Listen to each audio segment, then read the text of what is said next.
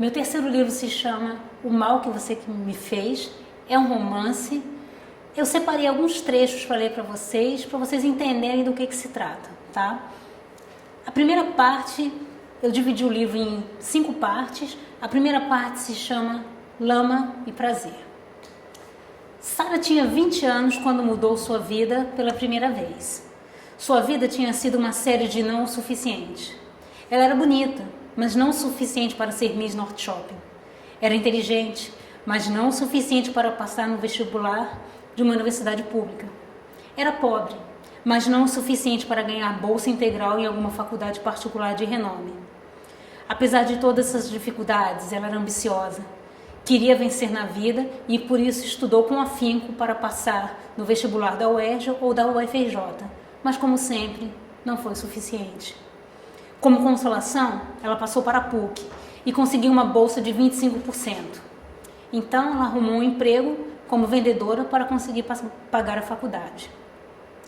Tudo ia bem, até que ela perdeu o emprego. Desesperada por não ter como pagar a faculdade, Sara acabou procurando Maurício, que tinha uma agência de prostituição. Antes de aceitá-la, Maurício fez uma série de perguntas que dissecaram a vida sexual da garota, perguntando quando, como, onde e quantas vezes ela tinha feito cada prática sexual. Ele foi arrogante, grosseiro e usou a linguagem mais vulgar que havia, transbordando palavrões, e não aceitou evasivos. Não, isso não, Sara respondeu, quando ele perguntou se ela transava com mulher. Aqui nessa agência não tem isso não, mas fica calma, tem como aprender. Bom, por enquanto é só, vamos à parte prática. Tira a roupa, nós vamos transar. A princípio ela não quis ficar nua e muito menos transar com aquele babaca. Mas logo concluiu que dentro de algumas horas estaria fazendo sexo com um desconhecido. Era melhor que começasse logo. Sobretudo, pensando que se suportasse o intragável e repulsivo do Maurício, ela aguentaria qualquer um. Foi o pior sexo que ela teve em sua vida. Ele não a machucou exatamente, mas a tratou mal e humilhou, e para piorar, o cara não tinha pegada. Terminando o ato, Maurício disse que sabia que tinha sido ruim, mas que Sara tinha que se acostumar a clientes grosseiros. Depois, ele a levou para jantar e eles transaram de novo, desta vez com um desempenho espetacular. Sara mal pôde acreditar que fosse o mesmo homem de horas antes. Ele explicou então que também havia clientes excelentes e que Sara precisava aprender a lidar com os dois tipos.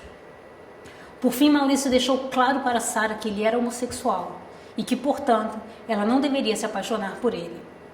E assim, Sara começou sua vida de prostituta. Nos próximos meses, ela perdeu as contas do número dos clientes que atendeu. Eles eram homens, mulheres, pobres, ricos, negros, feios, bonitos, enfim, de todos os tipos. Ela ganhou muito dinheiro, aprendeu a sentir prazer e até a se divertir enquanto trabalhava. Quando ela estava em seu 6º período da faculdade, a mãe dela foi diagnosticada com câncer, entrou em coma rapidamente. Sara foi pega de surpresa e perdeu o chão. A culpa de ter mentido por 2 anos a devastava e ela esperava um momento de lucidez da mãe para contar tudo. Maurício, que tinha se tornado seu amigo, aconselhou que ela não contasse, mas Sara foi irredutível e contou. Sua mãe não reagiu bem e morreu, deixando Sara devastada pela culpa.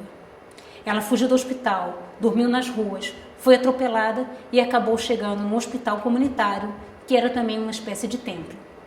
E ali ela transformou sua vida de novo. A segunda parte do livro se chama Redenção e Ruptura e conta a história da Sara desde o momento em que ela deixou de ser prostituta logo depois da morte da mãe dela. São Francisco era médico e o líder da comunidade onde a Sara acabou chegando. Ele recebeu Sara com toda atenção e carinho.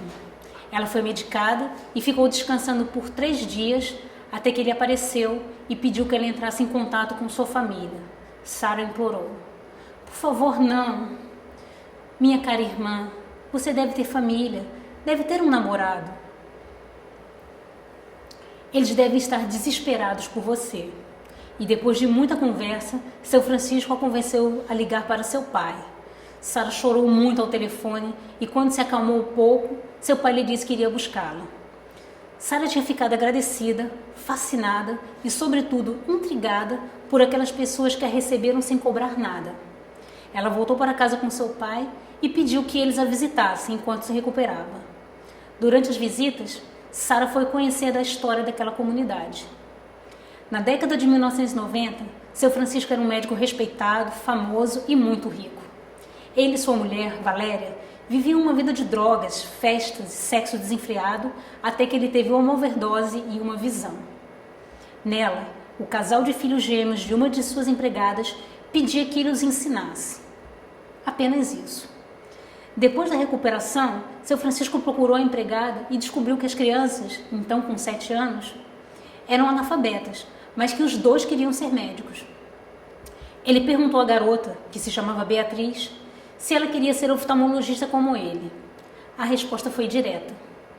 Não, tio Francisco, eu quero ser médica de pobre, pois médico de rico tem um monte, mas de pobre não tem nenhum. Essa resposta mudou a vida de todos. As crianças foram levadas a uma escola de elite, onde tiveram um desempenho espetacular.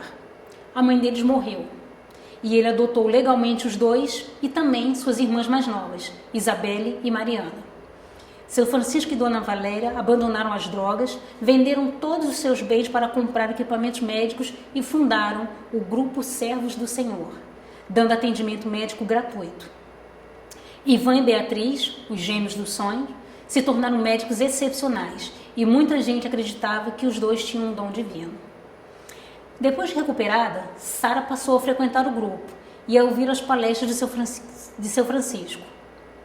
Embora ele afirmasse que a comunidade não tinha viés religioso e sim médico, uma vez por semana, seu Francisco escolhia algum trecho da Bíblia e palestrava sobre ele. Num dia, Sara conheceu Guilherme, o filho de seu Francisco, e os dois começaram a namorar. Embora tivesse abandonado totalmente a prostituição, ela escondeu o passado do namorado, mas vivia com medo de que ele descobrisse. Novamente, Sara decidiu que o melhor seria contar a verdade e acontar as consequências. Novamente, Maurício foi contra, alertando que Guilherme com certeza terminaria o namoro. Os dois tiveram uma briga inflamada, onde Sara chamou Maurício de explorador de pessoas e o acusou de não ser capaz de amar. Eles cortaram relações. A terceira parte trata da vida da Sara depois que ela briga com Maurício e leva a sério a sua vida na comunidade e o seu namoro com Guilherme. Parte 3. Fé e decepção.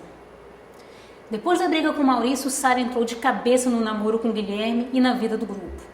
Ela arranjou um estágio que permitiu que ela pagasse a faculdade, estreitou amizade com as meninas da comunidade e passou a trabalhar como voluntária. Parecia a vida perfeita. Até que um dia, ela foi ao shopping com Guilherme e com as meninas e quando estavam lanchando, avistou 2 ex-clientes que gesticularam para falar com ela. Ela conseguiu disfarçar, saiu da mesa, conversou com os 2, explicando que não era mais do ramo. Voltou para a mesa com o coração descompassado, mas feliz por ter contornado a situação. Ela não viu a felicidade no rosto de Isabelle, que era irmã de criação de Guilherme. A garota tinha percebido os olhares dos rapazes e o desconforto de Sara e por isso seguiu-a. Ela ouviu a conversa toda de Sara com os 2 rapazes e mal podia esperar para contar tudo para Guilherme, a quem amava secretamente, apesar de ser sua irmã. Nesse dia, Sara decidiu que contaria toda a verdade para Guilherme, pois o encontro do shopping a fez ver que sua situação estava por um triz, mas não teve tempo. No dia seguinte, Guilherme invadiu seu apartamento totalmente fora de si. Há quanto tempo você é prostituta? Ele contou que Isabelle tinha visto a cena dela com os 2 clientes e exigiu a verdade. Quando Sara disse que tinha sido prostituta por 2 anos, ele enlouqueceu. 2 anos? Se deitando por dinheiro? Quantos homens será que passaram por cima de você, sua ordinária? Sara chorava e tentava explicar. Eu não sei. Eu não era muito requisitada, Guilherme. Por favor, escuta. Eu odiava, eu chorava. Mas Guilherme não queria ouvir. Gritou com ela por vários minutos e finalmente saiu do apartamento, batendo a porta. Sem saber o que fazer, ela ligou para Maurício, chorando muito. Ele foi embora, Maurício. Ele Ele descobriu que eu fui prostituta e nunca mais vai querer me ver. Eu tentei explicar, eu implorei, mas ele foi embora. O que eu faço? Maurício, que ainda estava com raiva por conta da discussão, foi frio e quis bater o telefone na cara dela, mas logo ela se alegrou. É ele! Ele voltou! Graças a Deus! Eu te ligo depois! E desligou o telefone. Guilherme entrou no quarto, ainda mais transtornado do que antes. Sara ficou de joelhos na cama e começou a implorar. Me perdoa, eu te amo tanto. Mas Guilherme não estava ouvindo. Foi na cômoda, abriu a gaveta, pegou o revólver que ali estava e apontou para Sara. O primeiro tiro pegou no ombro esquerdo e a fez tombar. O segundo no seio direito e o terceiro no estômago. Você nunca mais vai sujar ninguém de lama, ele disse bem baixinho e saiu. E o grito de socorro que ficou preso na garganta dela tinha um único som: Maurício. Depois disso, aconteceram várias coisas. A mídia entrou, a opinião pública entrou, pessoas a favor de Sara, pessoas a favor de Guilherme e tudo virou um circo. Se você quiser saber o que acontece depois, espere pela publicação do livro. Você não perde por esperar.